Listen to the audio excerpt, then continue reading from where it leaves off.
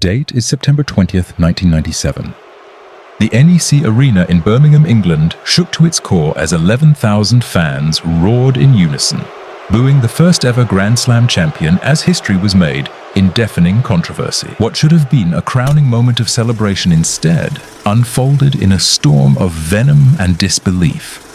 Shawn Michaels was no stranger to controversies. In fact, you could argue he didn't just embody the word, he redefined it. This may upset some, but Shawn Michaels was the greatest wrestler that ever lived. Bell to bell, nobody touched him. The athleticism, the timing, the emotion. From a pure wrestling standpoint, him going over made sense. But wrestling has never been just about what happens in the ring, because beneath the surface of this night lay something far darker. So let's rewind. Let's go back to the part that wasn't supposed to involve Shawn winning. The original plan for Birmingham was simple. Davey Boy Smith was supposed to go over. A hometown hero, a British legend, wrestling in front of his people. And inconveniently for everyone involved in backstage politics, Davey Boy's sister was battling cancer. Which meant this wasn't about who's hotter or who sells more shirts.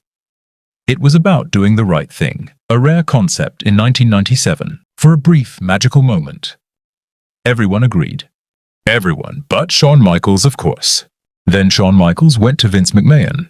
And this wasn't a quick conversation. This wasn't a sentence or two. This was Shawn Michaels talking. In a conversation I would bet money on went something like this. Vince, listen, because I've been thinking about this all night, all right? People die every day. What's that got to do with us? WCW is killing us in the ratings. Like, killing us. And I'm not saying that to be dramatic. I'm saying that because I'm the guy who's out there every night carrying this show. 10 fucking years, Vince. I've done everything for you. I live and breathe this business. I work 100 times harder than Davey Boy, and you know it.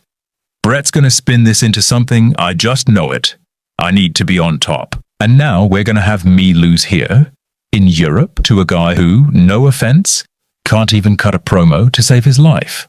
Since I was 15 years old, you think you can beat the British Bulldog? You're wrong.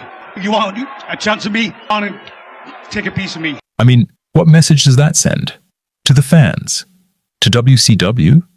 To the locker room? It says we don't know who our star is. Shawn wasn't saying Davey Boy didn't deserve the moment. He was saying Davey Boy wasn't important enough to have it. The subtext was obvious, so Vince listened. Because when your top star talks for 45 uninterrupted minutes, mixes ratings panic with self-mythology, and somehow frames it as corporate responsibility, eventually the argument wins by exhaustion. Just like that, the plan changed. Davey Boy's moment, gone. The hometown payoff, gone. So when Shawn Michaels stood in the middle of that ring to face Davey Boy Smith, the tone was already set. He didn't walk out to mixed reactions. He didn't walk out to tension. He walked out to boos. Relentless, hostile. From the second his music hit, the NEC Arena let him have it. The bell rang, and the match itself was, unsurprisingly, excellent. Shawn bumped like a man trying to prove a point. Davey Boy powered through with raw strength, fueled by the crowd behind him. Every Bulldog offense got a roar. Every Shawn counter got louder boos. Eventually came the finish as horrible as it was. Just like that. No miracle, no hometown payoff, no emotional release. Shawn Michaels stood tall, Grand Slam champion, as 11,000 people rained down pure venom. He raised the title anyway, held it higher, longer, letting every boo sink in like confirmation. This wasn't Shawn Michaels stealing a moment. This was Shawn Michaels taking it.